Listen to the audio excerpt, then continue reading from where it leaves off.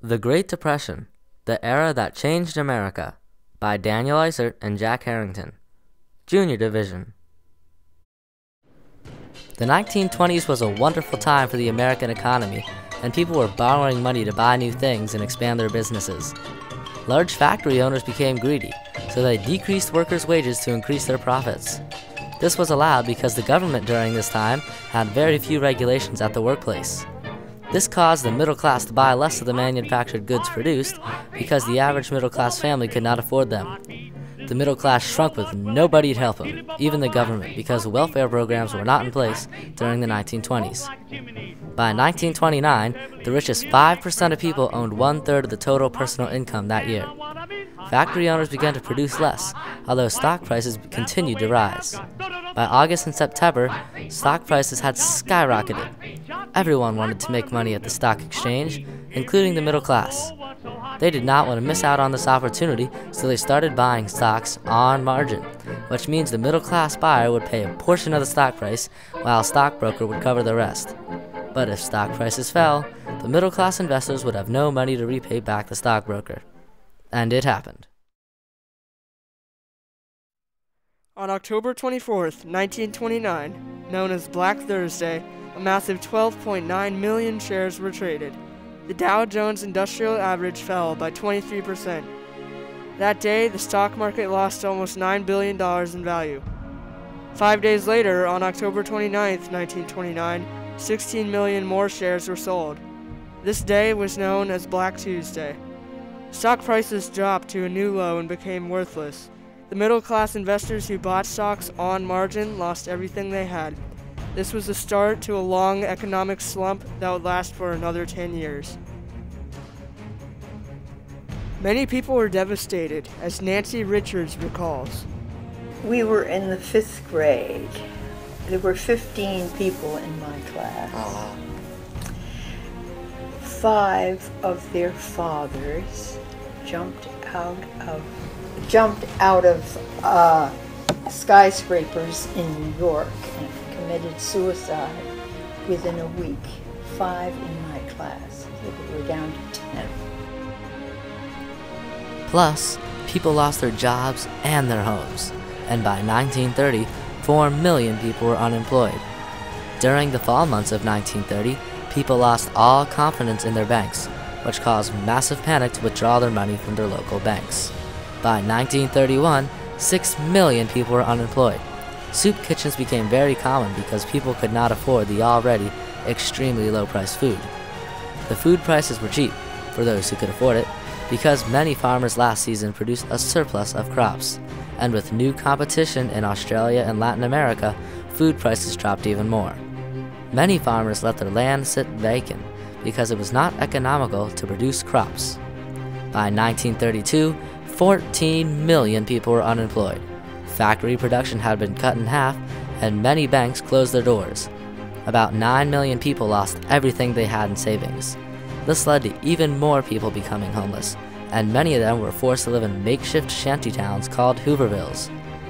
And because many of the people could not afford food, they had to look through garbage cans and landfills just to get a meal.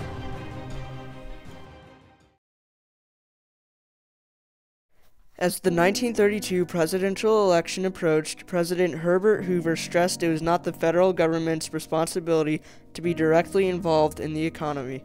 Hoover believed that if institutions were to play a role in creating jobs, it was more appropriate for state governments, local governments, and private charities to do so. However, with no end in sight to the Depression, a majority of the country was ready for more federal intervention. Thus, Franklin D. Roosevelt became the new president. By the time Roosevelt was in office in 1933, about 25% of Americans had no jobs, and thousands of banks were still closed. During his first inaugural address, FDR remarked, "Let me assert my firm belief that the only thing we have to fear is fear itself." Franklin Roosevelt was right, but it would take many years to get America back to where it was before the Depression started. To start off his presidency, Roosevelt declared a bank holiday which forced banks to close until a government inspector came to see if they were okay to reopen and do business.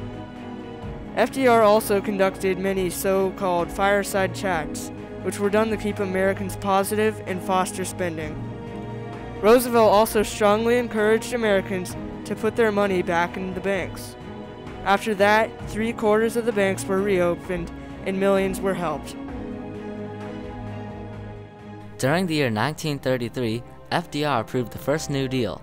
He believed spending would give Americans fast economic relief, and under the first and the second New Deal, a hefty amount of regulations and bills were put into place to help the American economy.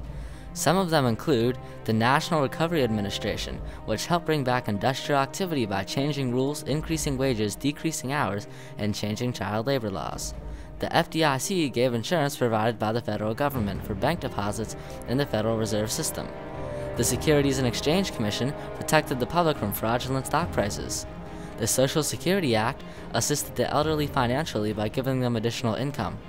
The Civilian Conservation Corps worked at national parks to plant trees and control soil erosion. The CCC also repaired some roads, parks, buildings, and made public art. This was one of the most popular programs of the New Deal. The Tennessee Valley Authority constructed hydroelectric dams in the depressed areas of the Tennessee Valley at a very inexpensive price.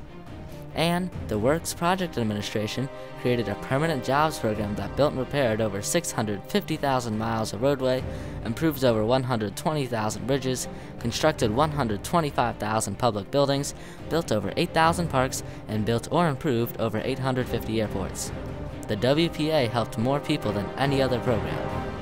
These programs also increased union membership. 5 to 10 years before the New Deal, there were very few unions around. But by 1940, union membership had doubled between then and 1930. The government also grew substantially. The amount of government employees doubled between 1933 and 1939. Overall, the New Deal was looked at as a wonderful program that assisted the middle class and the poor. But the more conservative believed that this was the start of too many regulations and that some of the regulations were unnecessary. However, the New Deal did not get America out of the Great Depression. The New Deal was just to keep the American economy from getting worse. It was really World War II that got America out of the Great Depression. During World War II, the war decreased workforce because many soldiers were fighting overseas. Women began to start working, and many businesses had employees work a substantial amount of overtime. Factories were told by the government to produce any war-related supplies, and the government would buy them. People assumed that when World War II ended, America would go back into another depression. Instead, the American economy thrived for the next decade. The Great Depression changed government involvement forever, starting after World War II, when new bills were passed like the GI Bill to get veterans back working, to give them an education, and even benefits to start a business. If you were in the armed services during World War II, and then when you got out, you had the GI Bill right there for you. I mean, that was a hell of a safety net for a lot of people, including myself. Because I finished college and went on to law school all on the GI Bill. Before the Great Depression, the federal government was not as involved as it is today. When the Depression started, the federal government was counted on to provide a safety net for the poor, the elderly, and the unemployed. In fact, healthcare was only 2% of the federal government spending during the year 1920, and pensions were 0%.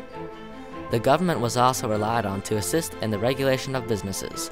During the Great Depression, a large amount of regulations were put into effect, and many are still in existence today, like the Social Security Act, the Federal Deposit Insurance Corporation, and the Securities and Exchange Commission. In more recent times, programs like Medicare and Medicaid that assist the poor and the elderly are the government's highest expenses.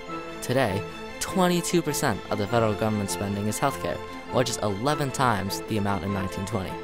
Another 22% is used for pensions. While the institutions and regulations implemented as a response to the Great Depression did not prevent the recent financial crisis, these programs may have prevented the onset of bank runs, more extreme unemployment, and other undesirable outcomes. Essentially, the Great Depression was a turning point in which the nation's social and political will allowed for the unprecedented expansion of the federal government. The impact is still felt today, making the Great Depression an era that changed America.